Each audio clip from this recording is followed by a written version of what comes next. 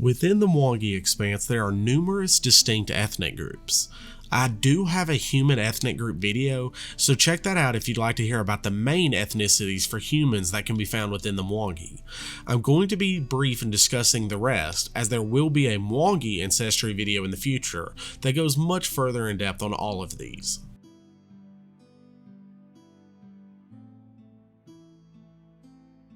The Elephant People are an offshoot tribe of the Mwangi and Osirion who discovered proof of ancient elephant worship. The group branched off, choosing to live a simple and nomadic lifestyle protecting the elephants. They aren't particularly welcoming of outsiders due to generations of the other tribes hunting and exploiting elephants, so they tend to view even other Mwangi with skepticism and sometimes open hostility. They are, however, on good terms with the Ekujay elves, who seem to understand their beliefs more so than the others.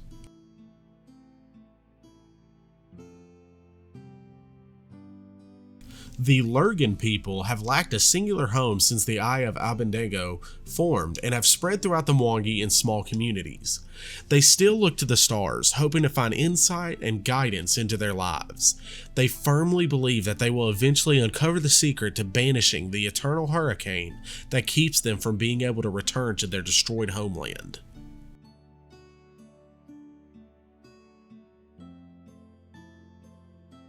The Uamoto are a tribe that lives near the ruins of Ko. Living near such strongly magical ruins has caused this group to have a higher than average number of sorcerers, as well as other magic users. Uamoto sorcerers traditionally receive ceremonial tattoos to mark the graduation from apprenticeship. Those in the tribe without magic tend to lean toward becoming tinkerers, with years of exploring and scavenging artifacts from within the ruins, granting them a unique experience, even within the Mwangi.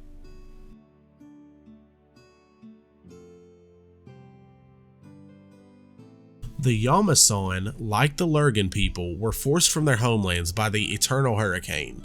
However, as previous farmers with no farmlands, many of them have relocated to Absalom or to live under the protection of the Matanji orcs. Despite the setbacks that came within losing their nation, the Yamason people are ingenious. They're masters of agriculture to the extent that even within the cramped setting of Absalom, they have managed to farm and grow many native products.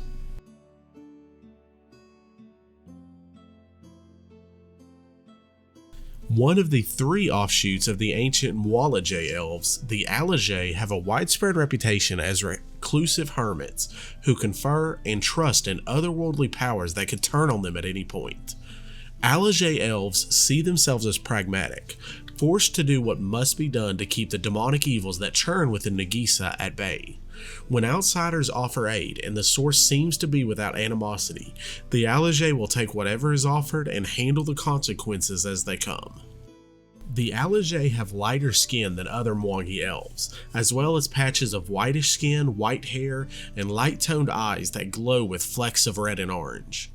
Other elves within the Mwangi will say that this is demonic taint that the Alajae confer with, but this is mostly due to a mixture of vitiligo, albinoism, and other pigmentation issues that the Alajae suffer from. Adult Alajae tend to be decorated with magical masks that cover various portions of their body, functioning as a retelling of their personal tribe and family history in visual form. Alajae are very protective of these masks, and they often pass them down from parent to child.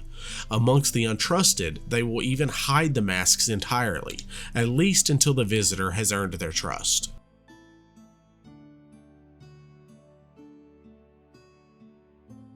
The Ekujay bear many different reputations amongst the other Mwangi peoples. To the scholars inside Magambia, the Ekujay are ancient and respected scholars who rarely venture from their homes to take on students, or trade valuable artifacts. To the tribes of the Mwangi, the Ekujay are mysterious and guardians of the wild, viewed with awe and superstition. To the Aspis Consortium in Blood Cove, they are fearsome foes of the slavers and brigands. The Ekujay elves tend to hold humans with distrust, due to the centuries of greed toward the Mwangi's gold and other resources. They are especially hostile toward non-Mwangi people, due to the Chelaxian humans that came in and enslaved many of their people. While the Alajae focus their attention on Nagisa, the Ekujay are guardians of the majority of the Mwangi, training and preparing for the day that the Great Darkness returns. The Ekujay are typically dark-skinned with black hair and equally black eyes, although dusty skin and rose-blonde hair are not fully uncommon. They decorate their bodies with patterns of white and pale paint, with the paint patterns depicting the personal history of each elf, although to an outsider, these patterns are utterly alien.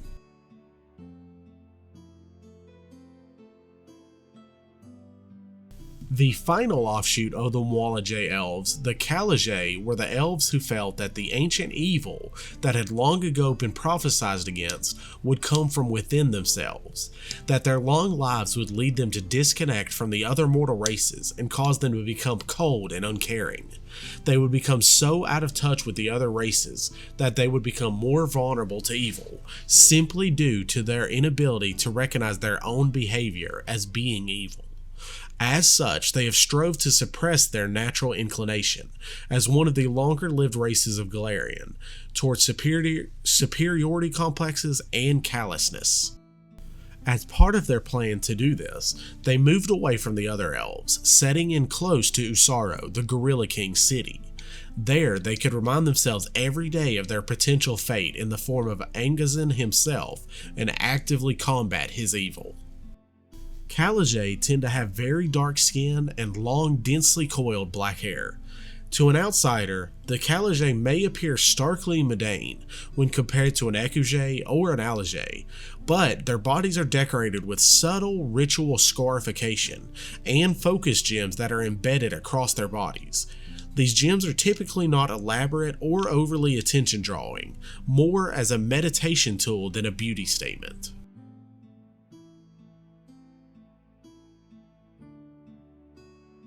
Back during the quest for Sky, a group of dwarves arrived in the Turwa uplands, but unfortunately, this area of the Mwangi was already inhabited by cloud dragons. Details from this era have been lost, but many agree that they clashed over territory and resources. There are a large number of Imbecki relics made from dragon bone that date back to around this time period that back this theory up. Eventually, however, conflict became a stalemate, which became a truce, which eventually became peace, partnership, and integration. The Imbecki dwarves do not worship dragons, but they do respect them enormously, and dragons have become a central pillar of their dwarven identity. Over the centuries, the Imbecki dwarves, as is tradition, have warred amongst themselves and amongst the Shackles pirates in multiple year-long wars. At the moment, with the creation of Vidrian and the ending of protection payments to the free captains, the Thord Corsair War looks to be upon the horizon and promises to be the hardest fought one yet. Support is growing amongst the Imbecki dwarves to end this pirate threat once and for all. Unlike traditional dwarves, the Imbecki dwarves have dark skin and black hair that forms tight, springy curls. Most strikingly, Imbecki dwarves tend to shave their beards completely and keep their hair closely cropped. This is less of a beauty choice and more of a necessity with all of the insects that flit around the Mwangi, denying the pests the chance to nest within their beards and hair.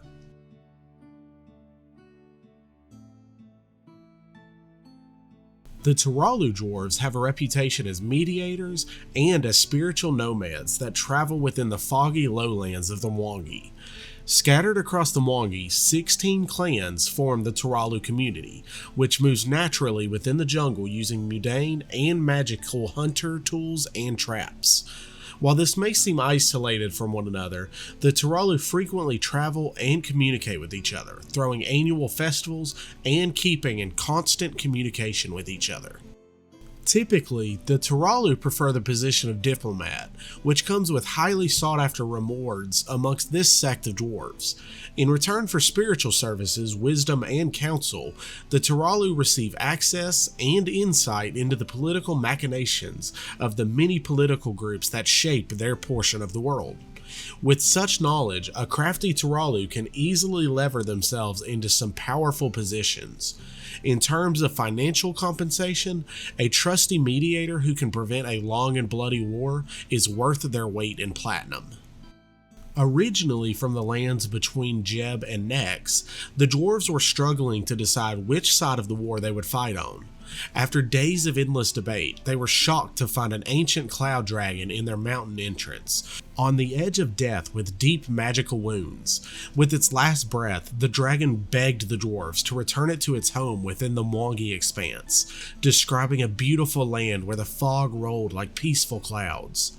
Considering the wasteland that they currently lived in, 16 clans band together to carry this dragon home and bury him within the Mwangi.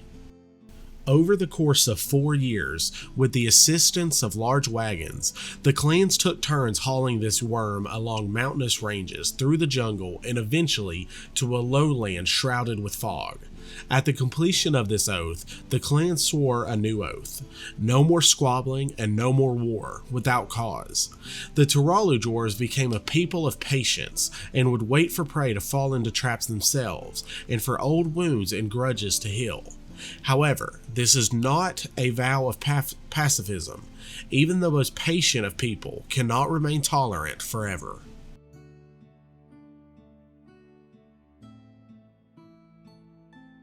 The Songo halflings have only recently been seen outside the laughing jungles of Sargavia. Those from the Expanse usually view Songos as surprising allies, or a constant thorn in the side, depending on their reputation with the Songos in the past. Because of their stealthy nature and quiet watchfulness, travelers of this region may find they've already established a reputation with the Songos without ever having even seen one.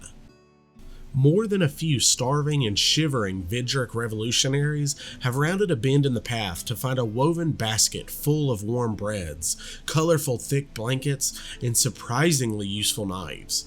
For some, on the last morning before they found their way out of the jungle, they would wake with significantly more rations for their journey. But if the party had foul intents, they may awake to find all of their possessions missing, with no sign of how the deed was done.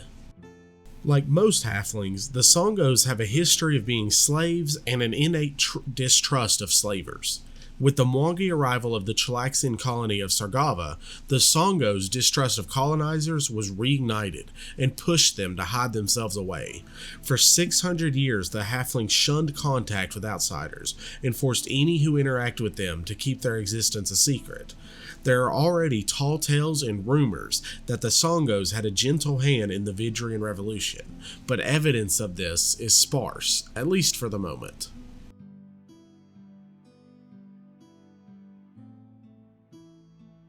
The Matanji orcs are native to the Mwangi and are fierce enemies to demons and other fiendish races. Within the Mwangi, they are the foremost experts on demons due to the various demon hunts, exorcisms, rituals of protection, and everything else they've learned to protect their people and the continent as a whole. After centuries of fighting these fiends, they've gained a high resistance to possession and demonic influence, and are so adept at combating fiendish power that they can outright consume demon magic to empower themselves. Due to this and their proactive stance of teaching other races the way of demon hunting, the orcs of the Mwangi are seen as noble heroes with a strict sense of duty. Due to this focus on demons, the Matanji orcs lack a history of conflict with the other humanoid races, and most of the Mwangi actually feel safer with these orcs around. With this, the Matanji are much more skilled when it comes to traditional humanoid politics, with political marriages, military policies, and traveling diplomats found throughout the Mwangi. Even with these differences between the Matanji and traditional orcs, they are surprisingly understanding of their cousin's bad reputation. As a matter of fact, other Mwangi natives will happily defend them fiercely against outsiders' common prejudices. Originating in Avestan during the quest for Sky, the soon-to-be Matanji orcs made their way across the ocean on rafts of log and other debris during the Age of Darkness. Though many died, they quickly adapted to their new jungle environment. They learned of new survival techniques, and for a time, they lived a peaceful life in the Mwangi, until Angozan arrived. His demons kidnapped the orcs and twisted their bodies into the Gorilla King's minions, the Cheruka. This desecration of their kin drew forth the first berserker rage the Matanji orcs had experienced in generations, and started a blood war with the demons that rages to this very day.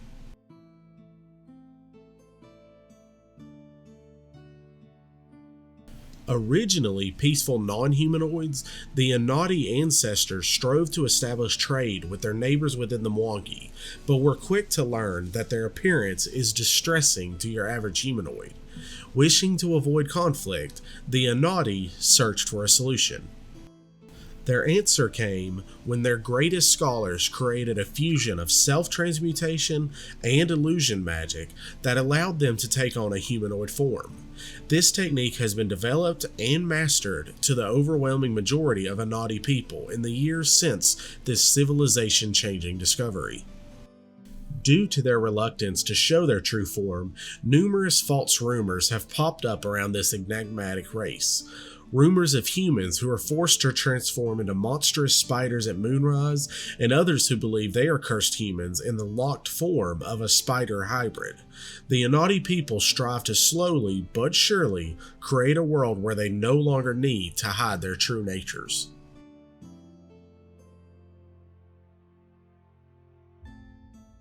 Konrasus aren't entirely clear on their own origins, and I've not had much more luck discovering their origins myself. Some believe they were a failed experiment by a cabal of wizards, possible artificers from ancient Jitska.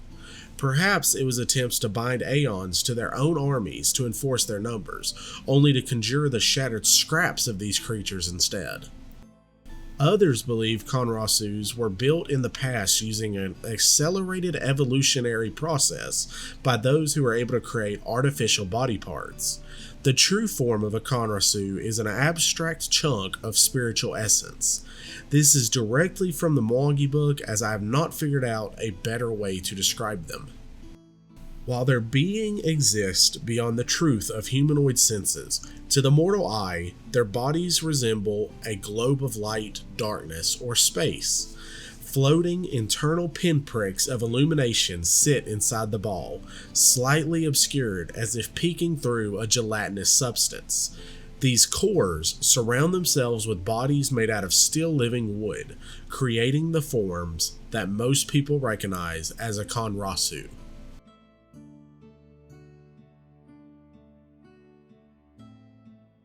In the lands further to the east, gnolls have earned a bad reputation as brutal slavers and demon worshippers. Even in the Mwangi, they are often viewed as witches, cannibals, or worse, but the truth is much more complex. Mwangi gnolls are exceptionally practical and pragmatic hunters and raiders. To a gnoll, honor is another word for a pointless risk. With gnolls, the loss of an individual affects their kin and the entire pack, so each life is valuable. Due to the value they place on their own lives, the best fight possible is one where the enemy is never even given a chance to strike back, which is appropriate given their skill with ambushes, tactical feints, and psychological warfare. Gnolls do practice cannibalism, but only as a sign of reverence, feeding on their own dead and those of foes that they grew to respect. Their remains are fed to the tribe in an attempt to absorb the departed's strength, and then their bones will be made into art or weapons, depending on which is needed more.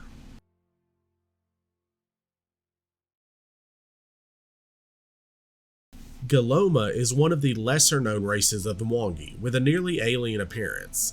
The Gloma have a deep-seated understanding that they are a prey species, and all two eyes, as they call your average humanoid race, are predators. Due to this, they are very untrusting, and they rarely reveal themselves to the greater world. If you've ever seen a Gloma, you'll never forget their otherworldly appearance.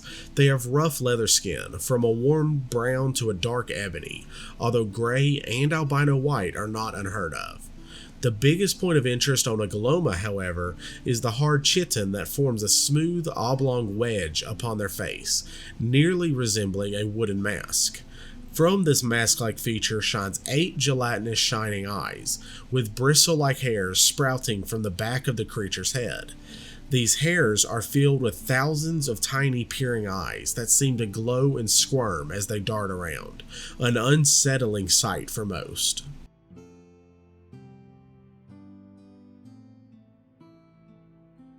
Equally reclusive, Gripley are frog humanoids that live in the Mwangi treetops, with many other humanoids thinking them primitive. But if you pay attention to the shaping of their land within their hidden orchards and their camouflaged causeways, the Gripleys are masters of living peacefully outside the common eye. Gripleys resemble humanoid tree frogs with overlarge eyes, wide mouths, and long-limbed physiques. Their skinny frames and sticky toe pads afford an excellent grip while climbing, and their use of the trees allows them to be surprisingly sophisticated hunter-gatherers.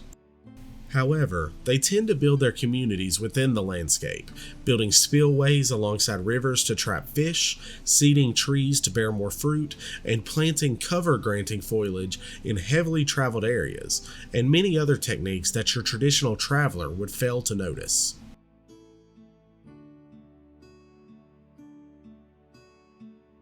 The Shish rarely encounter other races, even within the Mwangi. They manage to live solely on low-calorie vegetables and insects, meaning they don't have to hunt or compete with others, or expose themselves with trade. Like many of the lesser-known races, they are wary of outsiders, though they do not often attack visitors outright. Unless the Shish will it, the only times explorers will find sign of them is with their abandoned buildings, built directly into the side of the mountains rather than atop them. Visually, the Shish resemble humans most closely. While sharing the same general size as humans, their weight is drastically different due to having hollow bones.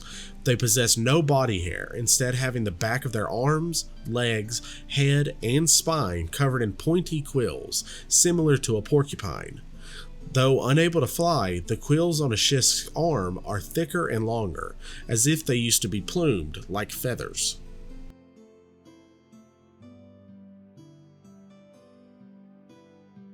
This is but a few of the many other races that can be found within the Mwangi, edited down for time's sake.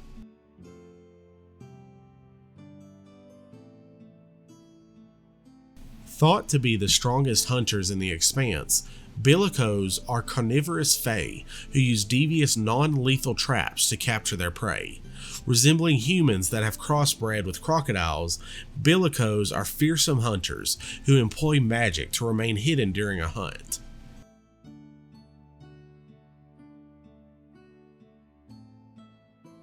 Where the Gripley are tree frog humanoids, the Boggard is more akin to a bullfrog humanoid. Rotund and muscled, they are more suited to blending into heavy undergrowth or mud than the treetops. If traveling through the Mwangi and you find skulls or bones on pikes, be wary. You are close to a Boggard den.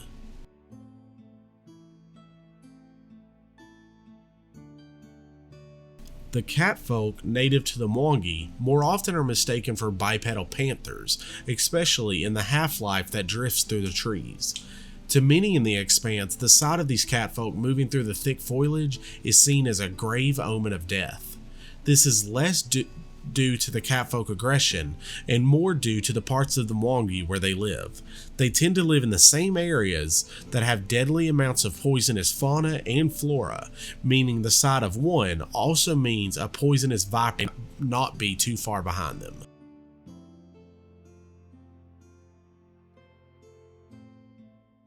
The Cherukas are beings twisted by the corruption of Angozan, amplifying their worst qualities. When first meeting a Cheruka, they may exhibit open curiosity, but this quickly is outclassed by cold dispassion and murderous intent.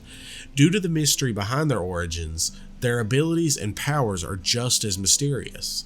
Tales of the Cheruka consuming flesh and transforming their enemies into more of their kind have spread far and wide in the Expanse and even beyond that.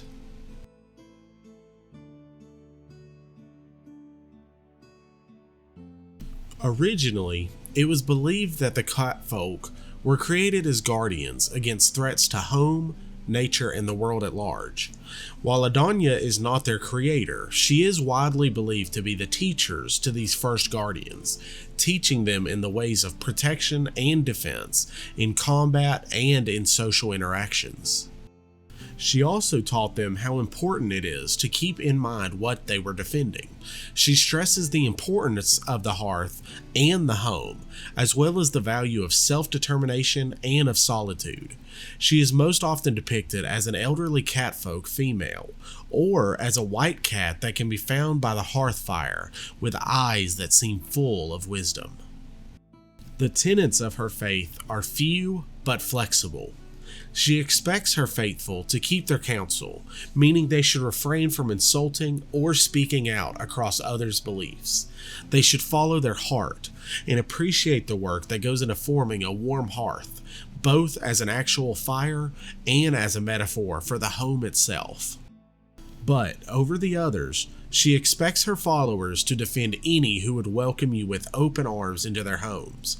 She does not look to the future or dwell in the past, but she promotes the value in the exact present moment, the people you are with, the hearth by which one naps, or the safe place you keep in your heart when you're alone.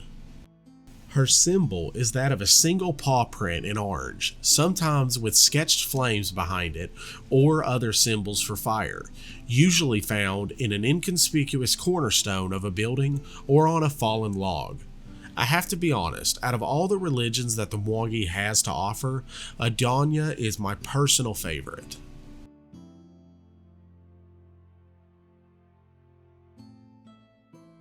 Angozan is well known within the Mwangi, sometimes as the Ravenous King or the Demon Lord of Beasts.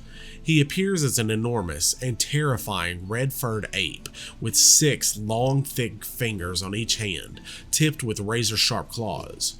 Gorilla-like in body, it's his red eyes, twisted horns, and viciously sharp fangs that give him away as a demon in nature. His followers tend toward gnolls, Cherukas, and Nalfanshi demons that may number in the thousands. His terrible influence extends beyond life and into the worlds after death as well. Occasionally, those slain by a follower of Angozan will find themselves reincarnated forcefully into an ape-like creature that is bound to the Ravenous King. This curse causes the victim to serve eternally, and only upon one's death is there even a chance for the soul to escape its trip to the boneyard, where it will be pulled down into the abyss to suffer forevermore. Pledging yourself to Angozan is a commitment to acquire power. He encourages his followers to destroy with relentless force, to dominate until there's nothing even left to challenge you, and to treat obstacles as something to be crushed beneath your heel.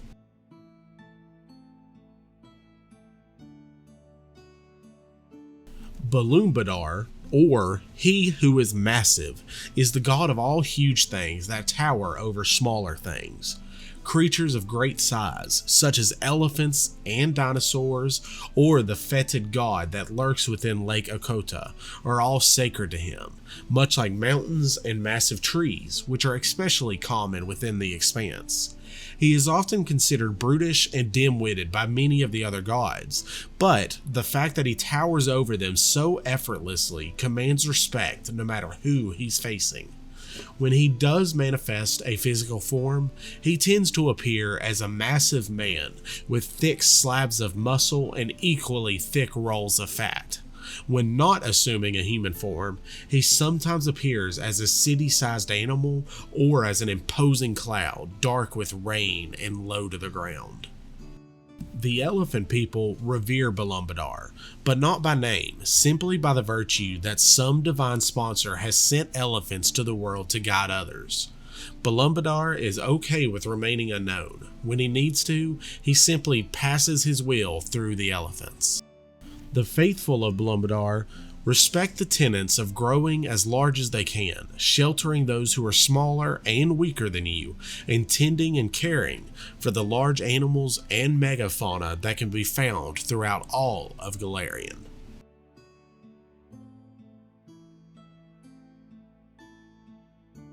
The old gods of the threefold sun have all but been forgotten under the rule of Wakina, the child god of Mazali.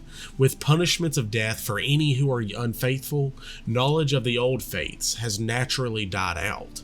However, due to the freedom fighter Sihar and the Bright Lions, knowledge of these old gods has spread and is slowly returning to the people. Wakina's priests scour the city for other deities, smashing statues and destroying temples, destroying valuable written text and murals as quick as they can be found. In doing so, it's only been in the deepest hidden chambers within Mazali that records of Tehar, Kohar, and Lugar were discovered. While Wakina and Kohar both call themselves God of Justice, Kohar abhors Wakina's cruel and merciless sense of the concept. Kohar teaches that it is one's own duty to fight for the innocent and powerless, and to never wield power for one's own benefit. The Sun God has much grander goals than dealing with what he sees as a mere pretender god. Merely defeating the tyrant that rules them would not be enough to undo the generations of forced misfortune. He believes the people of Mazali must find a renewed sense of strength and pride so that they can stand up and fight for themselves. To be a faithful follower of Kohar, you must finish any and all tasks that you accept. Find the pride in your home and your heritage, and bring those who are cruel to justice. Luhar is the old sun goddess of dusk, usually found at Kohar's right side, in a gentle sleep while Kohar stands guard at her side. While Kohar guards the day, Luhar guards the night, crafting beautiful dreams for each and every dreamer until the day of their death, which is the most precious and perfect of all of their sleeps. Luhar does everything within her power to make one's final moment peaceful, and as such, she holds great anger for any grave robbers, necromancers, or any who would defile these gifts. Naturally, Wakina is at the top of her list, not out of anger, for it was not his choice to be raised. To remove a body from its final rest goes against all of her teachings.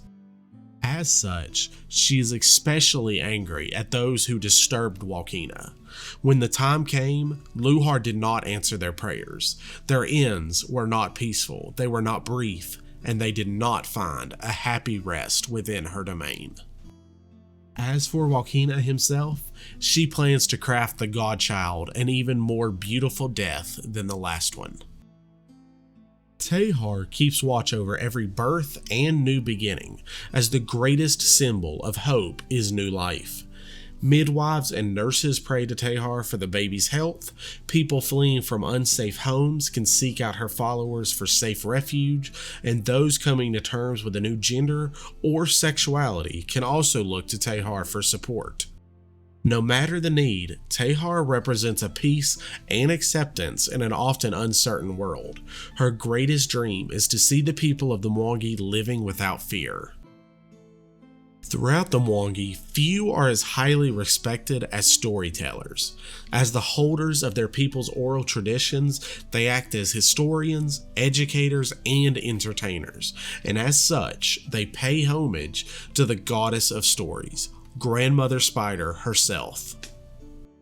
Once simply the weaver of fate for the gods, she grew tired of the disrespect that the gods showed her. She toiled away, weaving the glorious and terrible legends of the gods into being, only to be constantly treated like a simple servant. She began crafting unique humiliations tailored to each of the gods, and eventually wove her own divinity from them. Sister of the fearsome god Ekujay, the Red Mantis, she is often left alone by the gods, due to the threat from Ekujay and her ability to influence the lives of the gods. It's unknown who or when, but at some point a god in the past sought to harm Grandmother Spider, and Ekujay lashed out with a disproportionate retribution. It's unknown who or what was done, but this single act has been enough for all the other gods to see the value in leaving her alone. With that, we are now wrapping up on the Mwangi overview. Now, that's not to say that all of the info in the Mwangi Expanse books has been covered. There is a ton of locations within the book I completely glossed over to keep the videos at a reasonable length. However, I am sure I will return to the Mwangi Expanse more than a few times in the future. My next video is another request, but will focus on Keonan, the land of the elves on Galarian, so keep an eye out for that. That video should be released much sooner than the Mwangi pair did. I hope you enjoyed this video, and I hope I see you next time.